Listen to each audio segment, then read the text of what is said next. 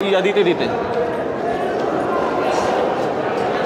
দাও দাও দাও দাও ধানমন্ডি ৩২ নম্বর যে আসলে আয়নাগর নামে সামাজিক যোগাযোগ মাধ্যমে ঘুরপাক খাচ্ছে, এটার মূল রহস্য উদ্ঘাটন করার জন্য কিন্তু আজ আমরা যেমনটা দেখতে পাচ্ছি যে এখানে কিন্তু করে দেখানোর চেষ্টা করছি। এখানে আমরা যেমনটা দেখতে পাচ্ছি যে দৃষ্টি প্রতিবন্ধী হয়েও তারা কিন্তু এখানে এসেছে, তারা বিষয়টা দেখতে পাচ্ছেন।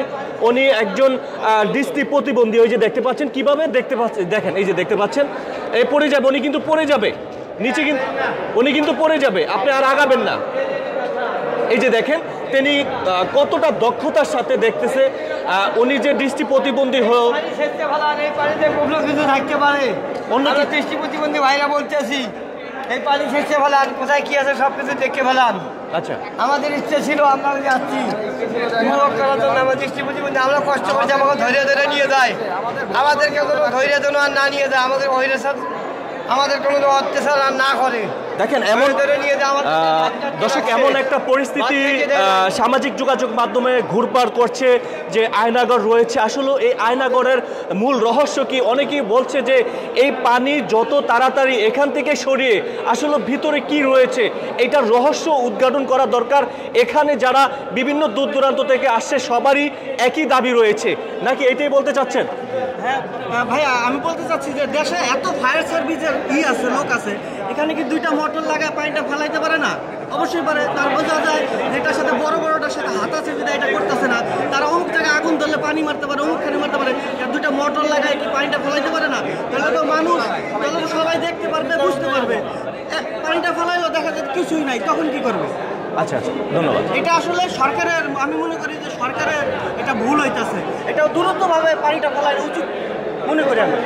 যারা এই মুহূর্তে আমাদের লাইভে রয়েছেন বা সংযুক্ত করেছেন দেখছেন, অবশ্যই ভিডিওটি শেয়ার করে দিয়ে অন্যকে দেখার সুযোগ করে দিবেন। দেখেন বিভিন্ন জেলা থেকে, বিভিন্ন দূর দূরান্ত থেকে কিন্তু এই যে ধানমন্ডি ৩২ নম্বরে যে আয়নাগর রয়েছে এই বিষয়টি সামাজিক যোগাযোগ মাধ্যমে কিন্তু ঘুরপাক খাচ্ছে। তো এটি দেখার জন্য কিন্তু মানুষ সরজমিনে আসছে, কিন্তু আসার পরে যেটা দেখতে পাচ্ছে এখানে এত পরিমাণে পানি, আসলে পানির কারণে ভিতরে প্রবেশ করতে পারছে না।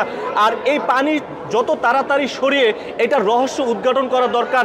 এখানে যারা আসছেন সবাই কিন্তু একই অভিযোগ রয়েছে। আমি রয়েছি আরিফ হায়দার, ধানমন্ডি ৩২ নাম্বার যে নতুন নির্মাণ যে ভবনটি রয়েছে, ভবনটি কিন্তু চলমান রয়েছিল, তখনই কিন্তু আসলে দিতে দিতে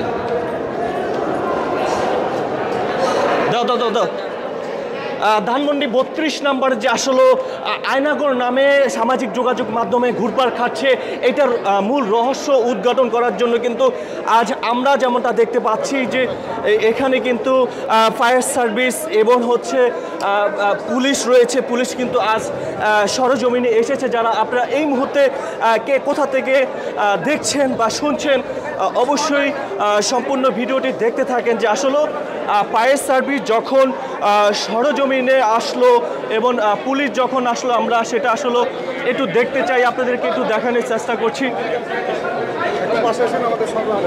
হ্যাঁ একটু যারা এই মুহূর্তে দেখছেন, হ্যাঁ দেখতে পাচ্ছেন ফায়ারের যারা আসছে ওরা